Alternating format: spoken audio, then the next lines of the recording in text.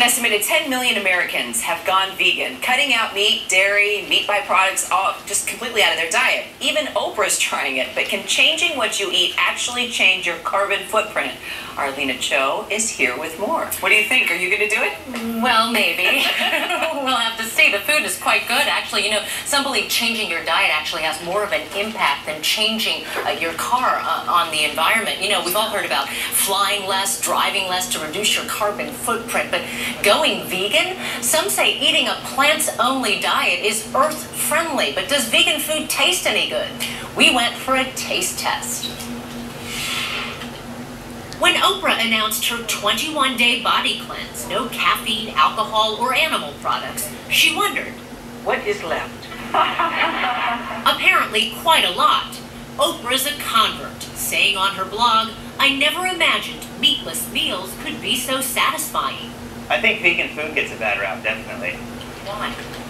Just because of over the years, it's been known as bland and, you know, granola and tofu and kind of hippie. Brooklyn's chef Mateo is a vegan chef, meaning no dairy, meat, or any animal products. But this food is anything but earthy crunchy, like cashew cheese ravioli. The pasta is made from thinly sliced turnips. It has a cheese flavor, but it's actually made from ground nuts. Yes. It's so good.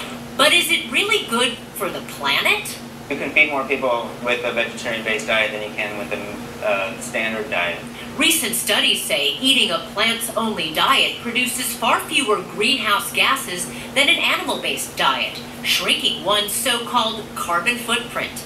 Dr. Gidon Eshel co-authored one study for the University of Chicago.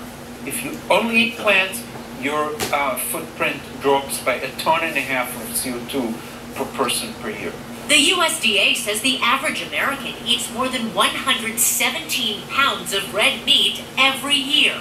Eshel says eliminating meat is better for the environment than switching from a Toyota Camry to a hybrid Prius.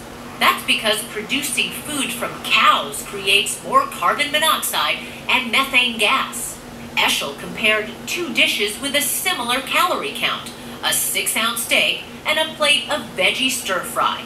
He found the production of just one steak creates 24 times the amount of greenhouse gases as the vegan meal. But if you're still skeptical, how about this? Chef Mateo's chocolate peanut torte with strawberry and vanilla coconut cream. Is right. It was very good. Now, a lot of people ask, what's the difference between being vegetarian and being vegan? Well, vegetarian means no animal flesh, meaning no meat, fish, or poultry.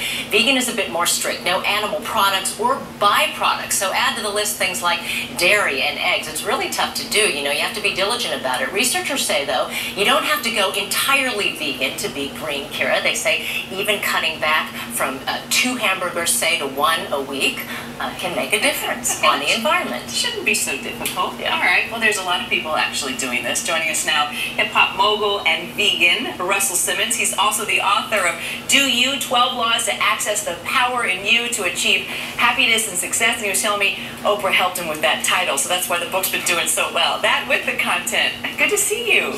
So why do you do it? Well, just to cause less harm. And one of the things that we do know, and the UN reports that a vegan diet is, or the consumption of animals causes more harm to the environment than all the forms of transportation put together. That's what we're talking about, the environment. That's right. One thing. And of course, I don't think when they said dominion over the animals, they meant the abuse of 10 billion farm animals every year, which is what we do here in America. So it's just a nice statement. I feel better. My friends report to me that over the last 15 years, I look better. You know, so it's a big change for me, and it's you more clarity.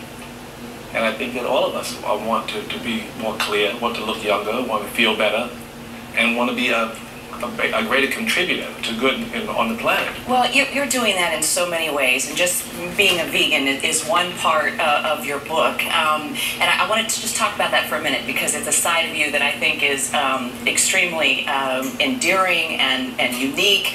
And you had signed this rapper, Jinxta Juvie, to Def Jam. And I know what an inspiration he was to you. He was, shot a number of times. He saw his friends die. And he was an inspiration for this book, wasn't he? Yes, he was. You really saw him become a man. Yeah, no, I've seen so many artists grow, and I've been involved in mentoring many artists over the years, and he's one example. He's one who I just took under my wing, almost like a son. So he is a good example. Which moves into how you've seen him change and others change through what you've taken on. You actually said you wanted to go to yoga class and check out the girls. And also, in the beginning, yeah, but you found the Dharma. Tell me how that has changed your life. You're meditating, you've sought out this higher truth that's really gone deep into your soul. Well, it's just to recognize what's in him. I mean, in fact, all of us are looking for more stillness, for a chance to see the world in its beauty, right? And we're struggling with that. I mean, we have all these things that separate us. So the meditation slows the world down just a bit. The physical practice of yoga is part of that same process.